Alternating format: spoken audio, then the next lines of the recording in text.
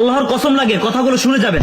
রাসূলুল্লাহ সাল্লাল্লাহু আলাইহি ওয়াসাল্লাম বলেন, যে ব্যক্তি আমার 40টি হাদিস আমার উম্মতের কাছে পৌঁছাবে তার জন্য আমি কিয়ামতের দিন বিশেষভাবে সুপারিশ করব। সুবহানাল্লাহ। নাম্বার 2, মানুষের মধ্যে যারা মৃত্যুকে বেশি করে স্মরণ করে এবং তার জন্য প্রস্তুতি নেয় তারাই সবচেয়ে বুদ্ধিমান। নাম্বার 3, প্রত্যেক জিনিসের জাকাত আছে, আর দেহের জাকাত হচ্ছে রোজা। নাম্বার 4, যে তার সময় আল্লাহর জন্য ব্যয় করে না তার জন্য জীবন অপেক্ষা মৃত্যু শ্রেয়। নাম্বার 5, যারা সব সময় ইস্তিগফার তথা ক্ষমা প্রার্থনা করে তাদের সাথে উঠা বসা করুন, কেননা তাদের হৃদয় সবচেয়ে কোমল হয়। নাম্বার 6, তুমি যত সিজদা দিবে আল্লাহ তত গুণা তোমার মাফ করে দিবেন। সুবহানাল্লাহ। নাম্বার 7, সূরা ফাতিহা প্রায় 1000 রোগের ওষুধ। নাম্বার 8, হাতের তালুতে জ্বলন্ত আগুনের কয়লা রাখলে যেমন কষ্ট হবে তার চেয়ে বেশি কষ্ট হবে শেষ জামানায় ঈমান রাখতে। নাম্বার 9, রোজাদারদের জন্য প্রতিদিন জান্নাতকে সুসজ্জিত করা হয়। সুবহানাল্লাহ।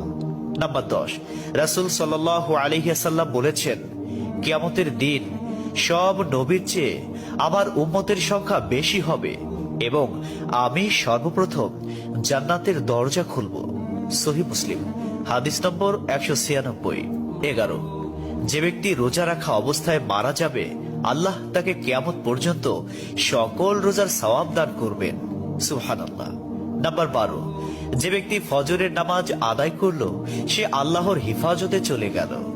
নাম্বার 13, রাসূলুল্লাহ সাল্লাল্লাহু আলাইহি ওয়াসাল্লাম বলেছেন, রোজা ও কোরআন কিয়ামতের দিন মানুষের জন্য সুপারিশ করবে। মুসনাদে আহমদ, হাদিস নম্বর 6626। 14, নবীজি বলেছেন, রোজাদারদের জন্য সবচেয়ে বড় খুশির সংবাদ হলো হাসরের মাঠে আল্লাহ সবার আগে রোজাদারদের সাথে সাক্ষাৎ করবেন। সুবহানাল্লাহি ওয়া বিহামদিহি।